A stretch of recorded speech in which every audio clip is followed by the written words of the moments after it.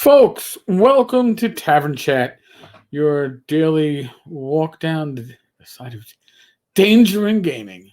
Well, maybe not quite. But we certainly had an interesting live stream last night with Jason Braun. So, Jason, thank you.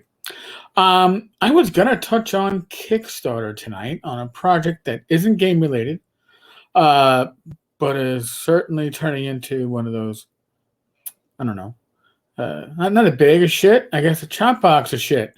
But I will have to hold off on that one because I have voicemails and I do want to address the voicemails because that's the voices of the community and they are important. Oh, and there's a side note. I don't know what's going on yet for tomorrow. Theoretically, last Friday should have been a freebie of no live stream because it was the 5th Friday of the month. But Glenn and I did one anyway. So I don't have Joe lined up until a week from tomorrow. Maybe I'll see if Glenn's available tomorrow. We'll see. It's going to be up in the air. But I did talk about entitlement. Remember when I talked about entitlement last week? Well. Hey, Eric, Jason here. Reference some gamers are entitled. Amen. You hit the nail on the head, my friend. Talk to you later. And thank you, Jason. Yeah, and I'm going to be honest as I make an adjustment to the microphone, but I got to switch hands because I have a big grip on my right one. It isn't just players that are entitled. It's not just members of the community. Now, I'm going to tell a story that I might have told on Discord Hangouts. I don't believe I've told this directly on the podcast side or the vidcast side, and I'm pretty sure I didn't identify the con. But I'm going to identify the con this time, not because it's a sign of the convention. It's a sign that this can happen anywhere. Okay? And this is about a GM. So it was at ShireCon, I believe, I'm going to say 2019. Okay? And I was running Swords and Wizardry Light. And this is how I run games at cons. Rach is often with me. I don't want to take up a spot. So, for Rach to play, if she wants to play in a game that I'm running, if she wants to play, she has a seat, my seat. Because I fucking stand when I GM at a convention. And I've mentioned before, I stand because I'm able to walk around. I am able to be above the players. I can get the attention. I can project my voice. I know somebody's out there going, Tenkar needs to project his voice? Yes. At a convention, you often do, right? Crowded rooms. I'll wrap up running games at a convention, and I'll be losing my voice at the convention game running and working the table for Frog God. I'll come home and I'll be like this. I'll sound like a 4-pack a day smoker. Not because I've ever smoked in my life, but because I strained my voice. So, we had a full table of 8. Rach came with me to the con. Again, like I said, I wasn't going to fill up a spot with Rach. I'm standing. I gave her my seat. Table to my right. There's a GM. He's got an empty table. I say an empty table. His table is full of a lot of shit. He has no players. Now, he gets upset. He was making some looks. Like when we took a break, he was kind of looking around and didn't seem too pleased. I didn't even know he actually had a game going until he happened to complain on social media. And his complaint on social media was literally, yes, and the the game master at the table next to me, who I won't name, but is a well-known personality in the OSR, had an overbooked table and let his wife play. So there were even more players than were scheduled. And I had no players at my game. Okay. First off, it's nobody else's responsibility to get players for your game. Secondly, the individual's game in question was some homebrewed rule system. He came with other players from his home group. And guess what? None of those players wanted to play in his homebrewed system. That's nobody's responsibility but his, right? Obviously, I'm going to say he didn't sell it well. Listen, if your choice is to play, it's like, oh, look, Joe Block, the Great Hawk Grognard is there. Awesome. I'd love to play in Joe's game. Oh, look, Jeff Talanian is running a game. I'd love to run a Jeff Talanian's game. Oh, look, Jonathan Perkle is running a DCC game. Jonathan is amazing when it comes to DCC. I'd love to play in his game. Oh, look, 10 cards running Swords of Witchery. He wrote the damn system. I hear it's pretty cool. I'd love to play in 10 cards game. Look, Joe Blow has written, Two Asses and an Elbow, his homebrew for fantasy role playing. Yeah, I'm sorry that you didn't get players for it, but he complained that we should have, meaning the con in general, but should have reappropriated players from other tables to his tables. In other words, you go to a convention, you go there saying, hey, I'm going to play in Jeff Talanian's Astonishing Swordsman and the Sorcerer's Hyperborea. And you get to the table, it's like, all right, everybody roll D20. Low roll has to play in Joe Asswipe's game because he couldn't get any players. But wait a second, I'm paying for this convention.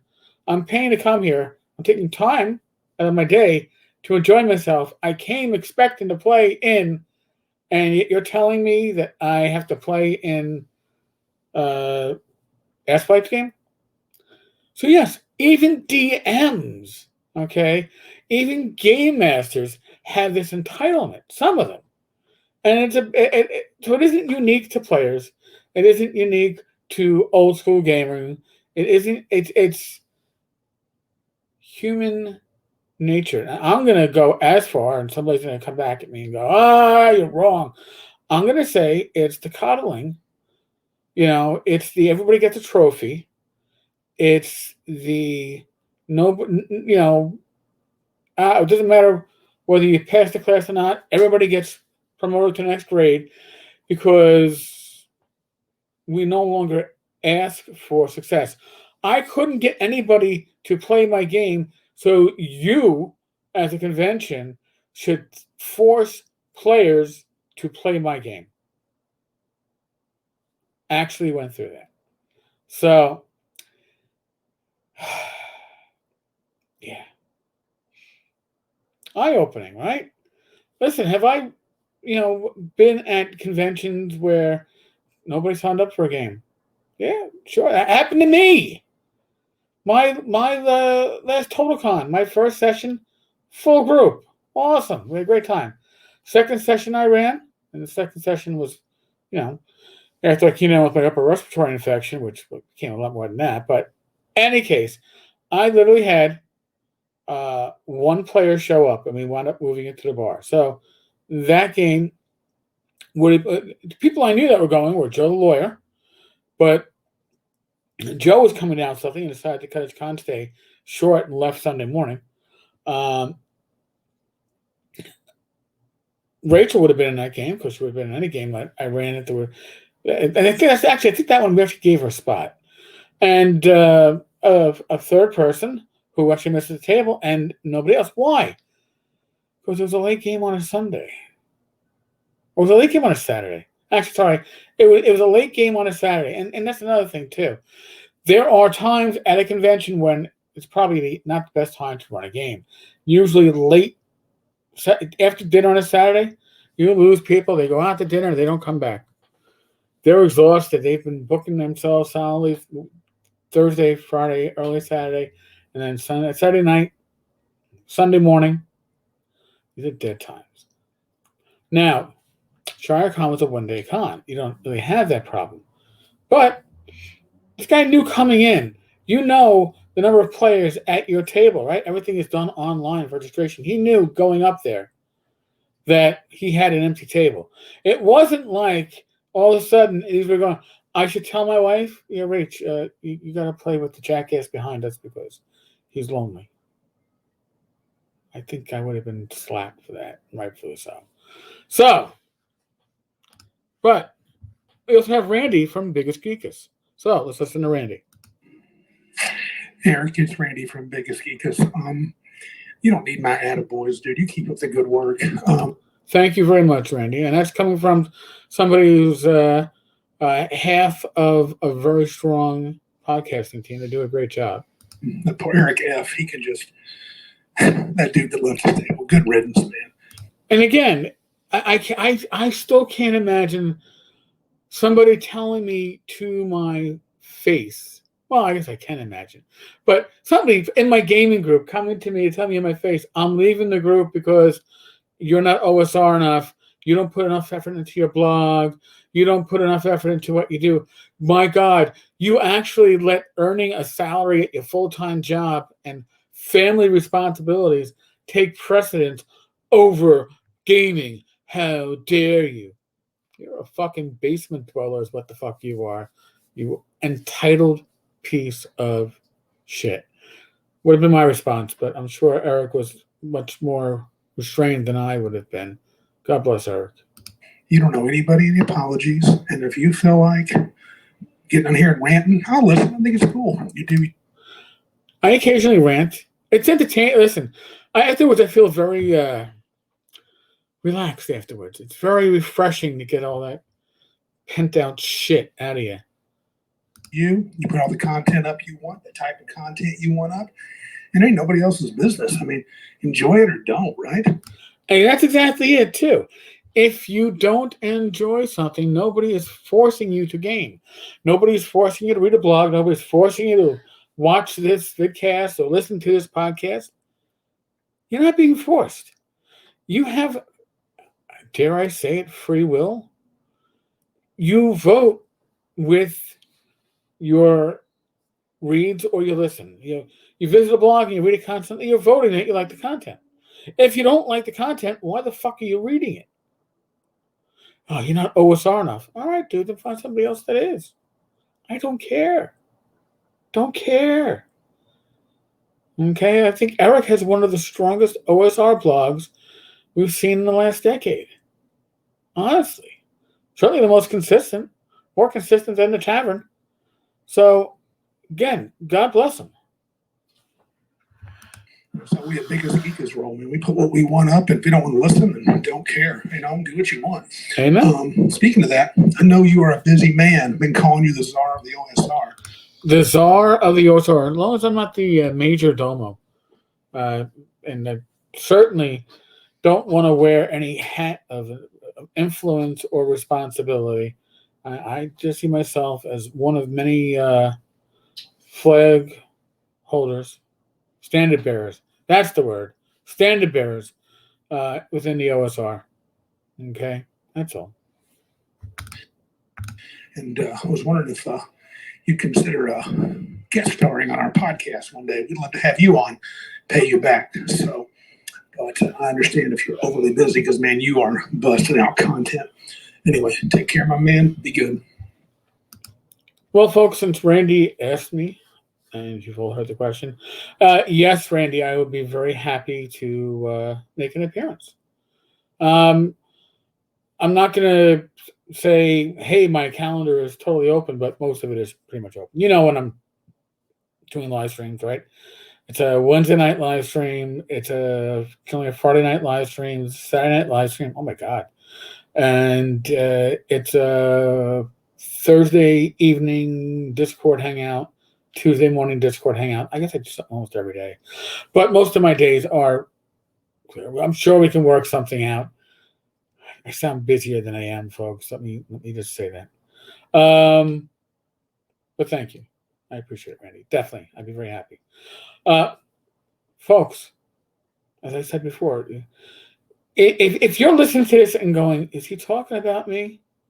I can almost guarantee you I'm not, unless you're really, really offended, in which case maybe I'm talking about you because you're taking it to heart. But in which case it's not too late to change, right? Never too late to change. Now, look at me. I've been looking at pictures of myself from 6-7 years ago. And I'm like, oh, that was me? Wow, I looked like shit. Oh, it was congestive heart failure, pneumonia, sepsis. Come on. Anybody can change. Anybody can improve on anything. It takes some effort. That's all. All right, folks. On that note, we're still in the midst of the world of COVID. What does that mean? It means, quite simply, use your common sense. I'm happy in New York State. I can be outside without a mask. So guess what? I'm outside without a fucking mask. There you go. Walk into my local pub. I mask up, sign the book, get my temperature taken, sit down at the bar, because we can do that now, take my mask off. Now I'm having my temperature taken right in front of the seat that I'm going to be sitting in. But until my temperature is taken, I got to have the mask on. Listen, use your common sense. You got to keep yourself healthy, to keep your family, your friends, your loved ones healthy and safe. Be safe, be well. God bless. Roll those dice. Knock on wood. I'll be back again tomorrow with or without a guest. And maybe I'll reach out to the netherworld and find somebody. I don't know. But I'll be back. Folks, be well.